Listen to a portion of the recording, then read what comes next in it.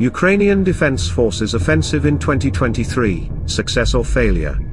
Most think in certain, understandable categories, without going beyond their boundaries. Few consider the result of the summer offensive from a slightly different perspective than simply liberating territories.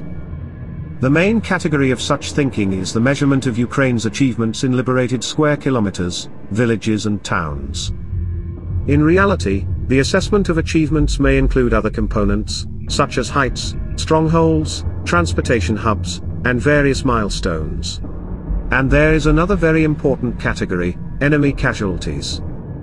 From June through November 2023, the enemy lost nearly 122,000 personnel, 1,760 tanks, 2,894 armored fighting vehicles, 4,457 barrel artillery, 337 MLRS, 269 air defense systems, 4,160 vehicles and 679 special vehicles.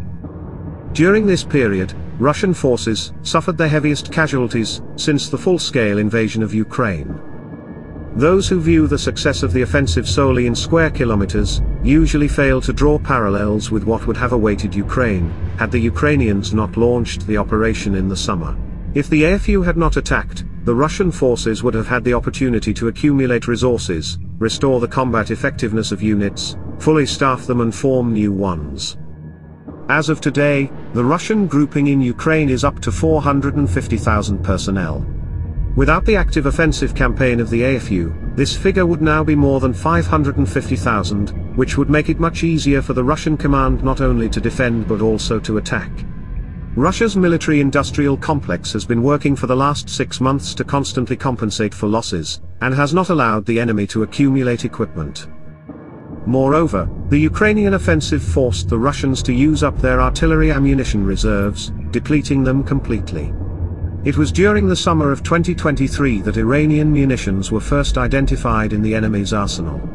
By the end of summer, Russia intensified the acquisition of ammunition from North Korea, indicating a critical situation for the adversary with proportional supplies of ammunition to the combat zone. The summer offensive was a forced measure.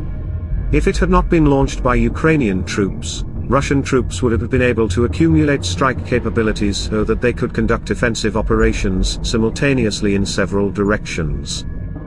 In turn, the AFU not only tied down enemy forces in the Zaporizhia region, but also created temporary logistical confusion and the effect of Russian units constantly roaming from one group of troops to another to reinforce one or another bridgehead.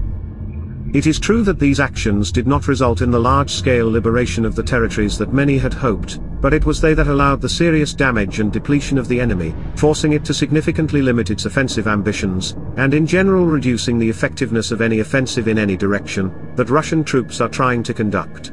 So I categorically disagree with the statement that the summer offensive was a complete failure.